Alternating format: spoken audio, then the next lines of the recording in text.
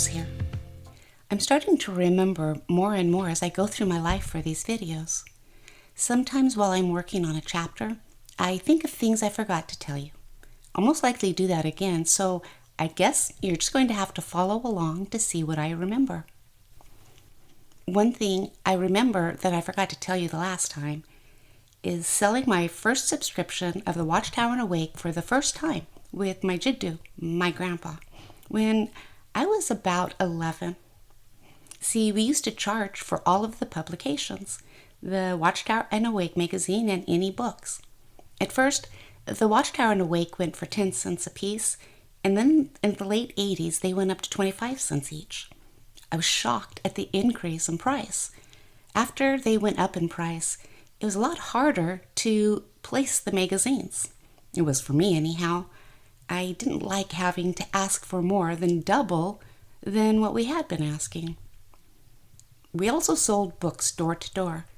Books were sold anywhere between 50 cents to $2.50, depending on the size of the book. We also sold subscriptions to the magazines. We sold a subscription to the Watchtower and its companion, The Awake, for $2.50. They would get 4 magazines per month for that. Mom and Dad got each of us our personal subscriptions. Having a subscription, you would get the magazines a week in advance of them arriving at the Kingdom Hall. At first, they came in brown wrappers, and then later they went to white. In the late 80s, subscriptions went up to $4 per magazine, right before they stopped charging for the magazines. But that's for later. Looking back now, I see we were basically door-to-door salespeople selling magazines, books, and subscriptions. This brings me to my teens. I told you in the last chapter I had to leave all of my friends when we moved to a new congregation when I was around 10. Dad was asked to move our family to help with the new congregation being formed. It took a while, but a family finally moved in with 3 girls. That was great because my sister and I finally had friends to hang out with. We had so much fun together. The 5 of us would go to a store and read Jackie 17 or Tiger Beat magazines. We would find a corner and just read the magazines until someone that worked there told us to buy them or leave. So we would leave until the next time. We also went to this hamburger joint and played songs on the jukebox. So the owner wouldn't get mad. We would buy a large fry to share because that's all we could afford. I think the owner got tired of us just getting fries and dancing to his jukebox. He finally told us we could only come back if we bought something more. Oh, that stopped the fries and jukebox fun. We took turns spending the night at each other's house, but the girl who was my age started to get in trouble. She wasn't doing anything bad, but she started to hang out with her worldly friends from school. When we were about 14, Mom and Dad started to limit my association with her. I remember crying in our front room. Mom asked me why I was crying. I told her I didn't have any friends anymore. I had lost all of my witness friends, and I couldn't hang out with my friends from school. Of course, I got the "you don't have to make friends your age, make friends with older ones" speech. Like that was going to replace my girlfriends. That was really a very lonely, hard time for me as a kid. The isolation you feel is horrible for a teenager, or a kid for that matter. Why do they do that to the kids in the name of God? I remember seeing my friends individually. When I was talking to any one of them, it seemed strained. Once my best friends, and now we were uncomfortable talking to each other. I remember it was very strange for me that they acted that way. Most likely, they were probably disfellowshipped. I hate that practice. When I was 12, I started high school. I turned 13 a month into the school year. Now, before I go on, please remember I was a normal kid. I wasn't perfect by any means. My freshman year, I wanted to try out for cheerleading. Of course, that was completely off the table. So during school, I would hang out with all of the cheerleaders while they were practicing. I remember helping them with their different chairs. I couldn't be a cheerleader, but I didn't think there was anything wrong with hanging out with my friends while they practiced. That same year, I tried out for dance line. Since it was part of the school curriculum, Mom and Dad didn't see anything wrong with it. Well, I was picked, and boy did I practice my routines. But there was a problem. The dance routines weren't just done during school assemblies. We were also supposed to dance at the basketball or football games. We would do our routines at the beginning of the game or in the middle of the game. Well, Mom was more of the black and white parent. Between my mom and what was being stated in the publications, I guess Dad felt pressured. I remember I got to dance at 2 games, and then my parents told me I couldn't do that anymore. The dance line instructor was very upset with me for trying out for something that I wouldn't be able to actually participate in. Little did she know, I was just as upset as her. After I got the no-go on dancing at the games, I really lost interest. I felt, why was I working so hard and I couldn't participate? So I stopped working as hard on the routines because my heart just wasn't in it anymore. That was the only class I ever got a D in.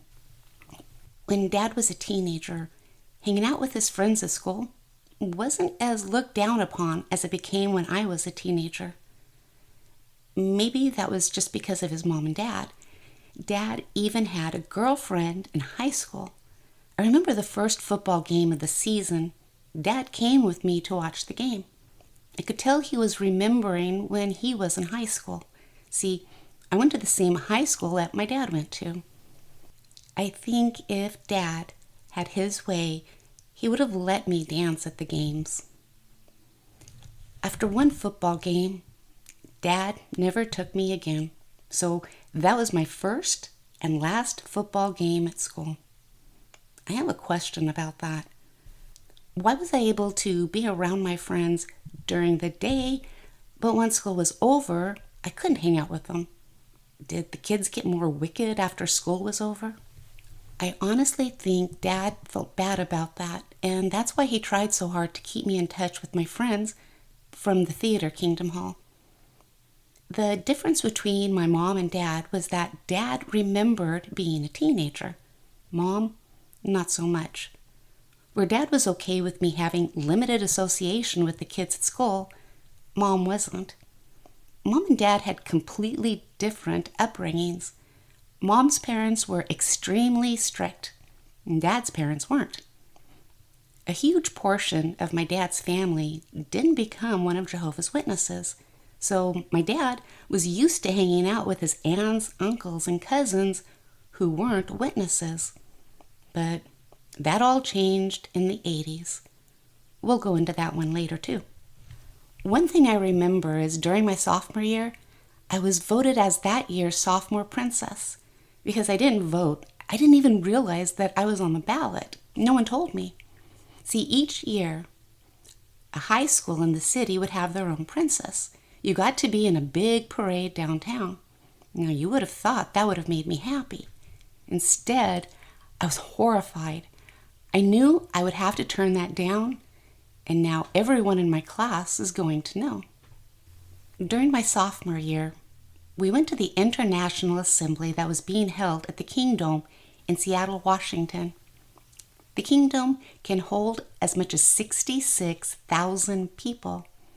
The dome was packed. One of my aunts was playing Lot's wife during the drama. She made her outfit so it looked like she was wearing a dress, but as she was running, she turned it into salt. Imagine that many people gasping in awe. I got that fuzzy feeling again. You know, at the end of every assembly, I cried because I had that fuzzy feeling. I'm not quite sure why, looking back, The only thing I can think of is I really loved being part of such a loving organization with our worldwide family. Well, that family turned out that they can turn on someone if anybody does something that they don't like. It's not a very loving family, if you asked me. Dad was in charge of decorating the stage at the assemblies. See, back in the day where I live, they put flowers, shrubs, and small trees around the stage. After the assemblies were done, all the plants would be sold to whoever wanted to buy them. Did you know that they used to use revolving stages? Since the assemblies were so large, only one side of the audience could see the speaker at a time. So they went with a revolving stage. The speaker went around as he was giving his talks. I wonder if they got dizzy while they gave the talk. Assemblies were so much bigger and different back then. Dramas had real people acting in the drama. And that was my dream, to be on a drama. But I never got picked. The acting in the dramas was so-so, but they were still better than the videos they play now for any drama. I've had multiple parts on the district assemblies over the years. I remember one time something happened and the two sisters that were supposed to give the presentation couldn't do it. "No problem," said Dad. "My girls will do it." We practiced the entire lunch and then some more during the talks given before we had to go up on stage. When the time came, we walked up the stairs, walked to the mic, and gave the presentation. If someone was able to see us close up, they would have seen our legs and hands shaking like crazy. We were giving a part we had just learned in front of over 18,000 people. But we got through it. There were many times that I would cry as the last song of the assembly was played. They would play a lot of times, "Keep Your Eyes on the Prize." See, Situ told me before she died to memorize that song and sing it to her when I would see her in paradise. Now I cry because of the woman I was, who honestly believed she would be with her grandmother by now. The carrot on the stick that I had chased for close to 60 years for. Well, at the Kingdom Assembly, my brother was about 4 months old. Can you imagine taking an infant to a 5-day assembly that lasted until 5 for 3 of those days? Anyhow, I took him into the restroom to change him. I heard these older sisters behind me in their snooty, looking down on me voice. "Just look at her with her baby. This world is getting so vile. Girls are getting pregnant at that age." And then in unison, they did the tisk tisk. Well, I wasn't in a good mood. Instead of corridor cruising at the Kingdom, I was busy taking care of my baby brother. I did something I would never do otherwise. I looked at them and said, "For your information, this is my baby brother. I think you both would do good with an attitude adjustment when it comes to being so judgmental. I really hope you both enjoy the rest of the assembly." I have no idea where that came from. I was very proud of myself, but I made sure to book it away from that bathroom once I was out. I remember bits and pieces of that assembly. It was really fun. The summer I was going into my senior year, Mom and Dad took us on a road trip to go to Bethel in Brooklyn, New York. Dad knew most of the upper ups. We got the tour that many other people never got. See, one of my dad's friends that was still there since my mom and dad left to get married took us on these tours. At the time, I had no idea who he was. To me, he wasn't anything special. He was just another brother like in our halls. The only time it felt special to me was when we met members of the governing body. To me, those men were honestly holy men. I imagined them sitting around reading the Bible, and then somehow Jehovah told them things. Boy, was I wrong. We got to eat breakfast with the Bethel family and listen to the morning worship. The head brother had very rigid rules he expected from those around the table. The food was served in one direction only. No one was to take too much because everyone around the table also needed to eat. I agree with that one. What we put on our plate, we were expected to eat because that's how much we took. He had a few other rules. I forgot them. I still felt lucky, though, to be able to eat with the family. We also got to be part of the Watchtower study the family had on Monday nights. I really felt for the poor Bethel workers. They had to be ready by 7 a.m. every morning. Then they would work all day and then have to get ready for meeting 3 nights a week. Wait until I get to Mom and Dad's experience in Bethel. Our family also got to go into the art department and watch how they drew the pictures for the Watchtower, Awake, or the different publications. I remember looking at all of the pictures, wanting to remember all of them so that I could go around the kingdom hall saying, I saw that pic before anybody else had. Because, that was so important to look like you knew something others didn't. Whatever. I never did see any of those pictures. We also got to go to the kingdom farm. We stayed in the house with the overseer and his wife. We got to eat with the family for lunch and dinner. Thankfully, the head brother wasn't as intense as the other one. Mom and Dad had known the farm overseer and his wife while he was in Bethel. We even went to a meeting that was at one of their friends' house. It must have been their midweek meeting because they sang a song. Man, could they sing. One of my older cousins was working at Bethel at that time. I thought that cousin walked on water and he was so cool. He took me around Brooklyn on a subway and I was petrified. It's much better today, kind of. He got me pizza that was sold on the street. He took me to some of the friends he knew from his congregation. I had the best time with my cuz. By my junior and senior year, school just got to be too much for me. I couldn't participate in anything.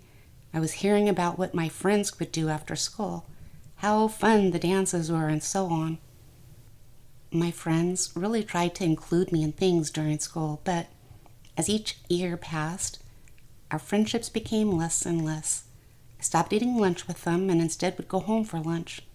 We would still talk during class or say hi in the hallway, but we didn't hang out at school anymore because I wasn't allowed to hang out with them after school. By my senior year, I only had 2 classes to go to. I wasn't really talking to anyone anymore by that point. I remember feeling so isolated, I started to hate going to school. And I was so glad when I finally graduated. How can an organization that claims to love their young ones and wants them to be happy make them feel so horrible and isolated instead? Oh, I forgot. When I was a freshman, I had a crush on this guy. We exchanged phone numbers and I wrote his number down in my little address book. I'm not sure how, but my parents found out. So I erased the guy's phone number. Dad asked me about it and I told him I didn't have a boy's number from school. At that point I didn't. Because I didn't come clean about having the number, Dad felt that I was lying and he didn't talk to me for a week. I guess my parents wanted me to see the consequence of not being completely honest with them. I didn't mind at first. I was mad because I felt that they had invaded my privacy. But by the end of the week, I couldn't handle it anymore. I remember everything that happened. Dad was working on a talk in the front room. I went up to him and just started to cry. I begged him to please forgive me, and I swore I would never hide anything like that again. Dad took me in his arms, and we were good again. But that didn't stop me from hiding things from them later on. For years, our district assemblies were held in a college. Every year during the district assemblies, they're now known as the regional conventions. During the assemblies, our family camped on the school grounds. See, any family who couldn't afford a hotel or pay to stay in the dorm rooms camped. I loved it and hated it at the same time. Every morning we had to wake up really early and walk all the way to the college to take a shower. Now, these showers had absolutely no privacy. There were no individual showers. Everyone just stripped and took a shower in the girls' open locker room shower. Talk about feeling awkward as a kid. There weren't any outlets where the showers were, so I would go into the hallway, find an outlet so that I could dry and curl my hair. I would just sit on the ground, cross-legged, and dry my hair. The assemblies themselves were done in the school gymnasium. There were only wood benches with no back on one side of the gymnasium, and the other side had backs, so everyone tried to get the side with backs. The assemblies themselves didn't have any air conditioning, so they were long, hot, and miserable. The older ones would be on the floor, and I remember many passing out due to the heat. Back then, the assemblies lasted 5 days. 3 of those days, the assembly didn't get out until around 5. I loved being able to see my friends from all over, but I wasn't a fan of having to sit for hours on a hard seat in the heat. After the assembly, all the kids would go to the football field.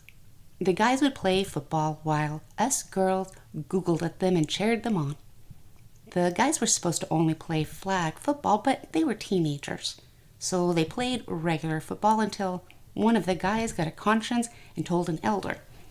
The elder told the guys that by tackling someone you were being competitive. I'm not quite sure what the difference between playing flag football and regular football is. Aren't they both competitive?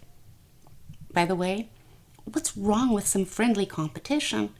They used Galatians 5:26 as the reason we're not supposed to be competitive. The organization said that scripture showed that competition forces one another to a showdown, that to compete meant to call someone out in a hostile sense, provoking or challenging them. My husband and his friends had no intent about forcing someone to a showdown. They just wanted to play football and have fun. The organization sucks the fun out of everything for kids. It was during one of these assemblies I met my future first boyfriend. After the assembly, us kids would hang out where we were camping. Well, one of my cousins had a new friend he wanted me to meet. He was so much older than I was. I was almost 14, but he was 16, and he had a permit. Well, I thought he was dreamy, and he could drive. My cousin could tell we liked each other, so he started to invite me to do things with the two of them. Mom and Dad didn't see anything wrong with that because I was hanging out with my cousin. Little did they know, Mr. Dreamy and I started to date. We got away with it because of my cousin. Well, for a while anyhow. My parents started to question me about Mr. Dreamy. I told them there was nothing happening. I just liked hanging out with my cousin. I'll get into this in a bit, but there were certain elders in the city who were after my dad. One of the things they used against him was that Mr. Dreamy and I were an item. By this time I was 15 and didn't want to hide anymore, so I came clean. I knew Dad had a girlfriend in high school, so I used that. Asked him what was the difference between him having a girlfriend and me having a boyfriend. Well, he couldn't answer that one. I promised my parents we were never alone. We always had my cousins with us.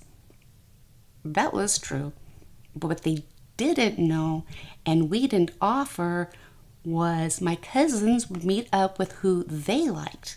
We would all hang out together.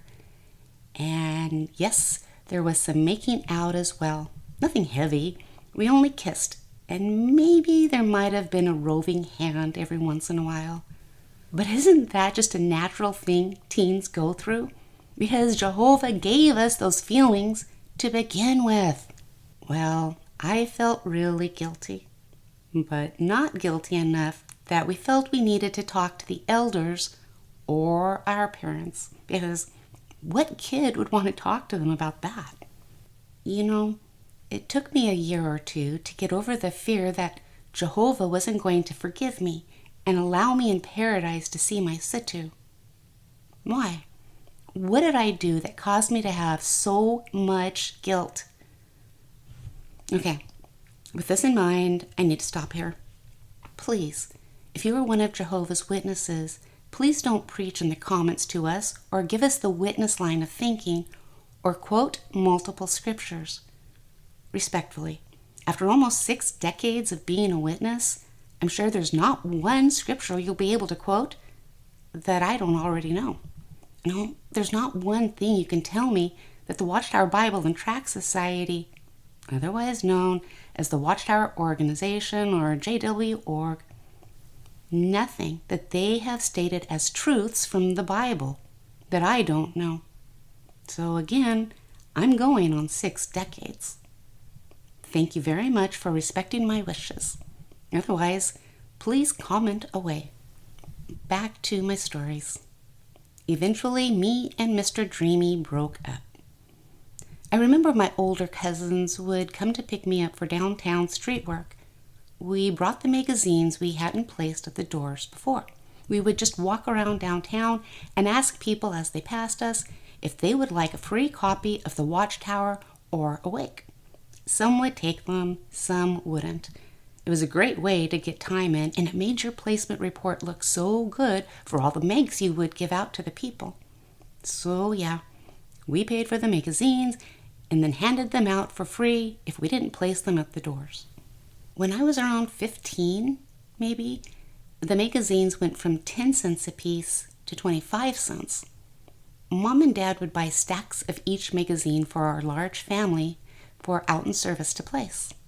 I remember the first store I went to after the magazine's prices went up. I had such a hard time asking for more than double what we had been asking. And by this time, I started to have to buy my own magazines for meetings and service. 2 things happened. I couldn't afford a lot of magazines at 25 cents each, and I was lousy at asking for 25 cents at the door. So I basically ended up buying magazines to hand out for free downtown. A lot of my older cousins were pioneering, so going downtown was easy service for them. The only drawback was how early we had to wake up. You know, I'm really glad I have those memories of doing the street work. It was so much more fun than just standing at a cart for hours. I remember when I was about 14, my Jiddu, Grandpa, told me that we were so close to seeing my situ again. He told me how it was his generation that would see the end, and because they were all getting old, you could see that the end was imminent. Well, that generation teaching has changed 6 times in my life, and my Jiddu has been dead for over 40 years. So much for it being his generation. Shortly after my grandfather died, my Jiddu died, Mom and Dad sat me down to talk to me. Mom started to cry, and Dad had tears in his eyes. They told me that Brother Raymond Franz had left the truth and became apostate, and my parents looked devastated. I didn't really know who he was. I had only heard about Fred Franz, so I didn't grasp the importance of the situation. My mom and dad knew Ray and thought very highly of him. Ray later wrote Crisis of Conscience, which has helped many to look behind the curtain at Bethel and see what happens in the governing body meetings. Because, you see, Raymond Franz was also a governing body member who got kicked out because of Fred Franz. I must say that it was one of the most disillusioning experiences of my life. It came as a rude awakening to me to see what actually went on. I envisioned the governing body as a body of men to whom the Bible, God's Word, was the controlling force in every one of their decisions, who really dug into the Scriptures to make sure that everything that they did was soundly based upon the Bible. And when I got into the governing body, I found that the Bible was rarely appealed to, was rarely used. That mainly was a matter of discussing organizational policy and how to apply this organizational policy. And I found that again and again, when issues came up, even though Scriptures might be presented, if there was an organizational policy, that policy would take precedence over Scripture. And I couldn't help but think of Jesus' words in Matthew 23, that they have made the Word of God null and void because of their tradition. Well, that's a story for later, because what happened between the two of them has affected me and my family since. I was around 14 or 15 when a naked guy came to the door. I know now that he did it for shock, and it worked. I think it was in shock, pretty much.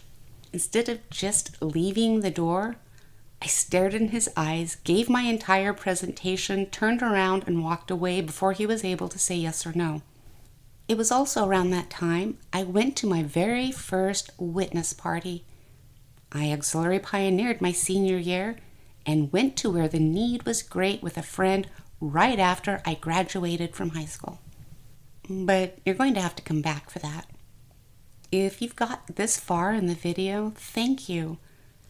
I really appreciate you listening and watching this. I hope you keep coming back for more stories. Like I always say, please take care of yourselves and you stay strong. You don't let those men in New York win. Thanks for watching. Rose out.